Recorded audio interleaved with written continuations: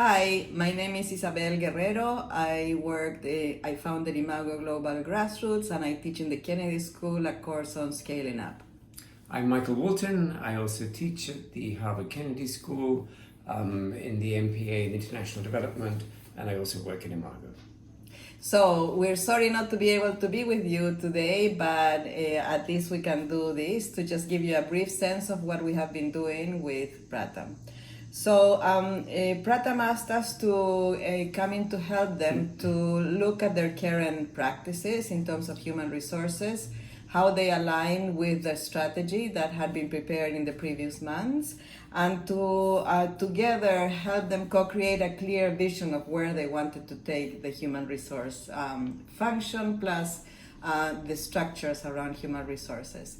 The challenge was how to learn from the experience of organizations of a similar size of Pratham and find practices that would actually keep the sense of passion and mission that Pratham has, while also giving some structure for career development, for human resources development. So we looked at what was there already today, what were the implicit career pathways in Pratham, and how these career pathways could be taken to the different functions. And also to understand what were the skills and the gaps for those skills that needed to be there in order for people to be able to grow from their current positions to new positions. We looked at, together with the top 40 people in Pratham, we looked at what was needed in terms of the main functions, roles, responsibilities, competencies, both core competencies, what everybody in Pratham had to have, as well as functional competencies, which is a work that is still underway. We also thought together about performance management and lessons from what to do and what not to do and what were the choices for Pratham. And the most important thing, I think, was to create an in-house group within Pratham to take this ownership of this human resource strategy and take it to implementation, which is exactly what has happened.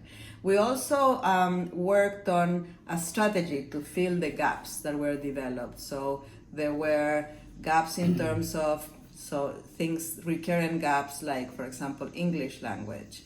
And there were many existing trainings that are already available in India. So we looked at those that were not available and thought together about what was the best strategy to bring that training to Pratham staff. I first started working with Pratham actually some 13 years ago through a JPAL research project. And even then, I was really struck with the capacity to be so effective with largely informal processes, with this commitment to effect things.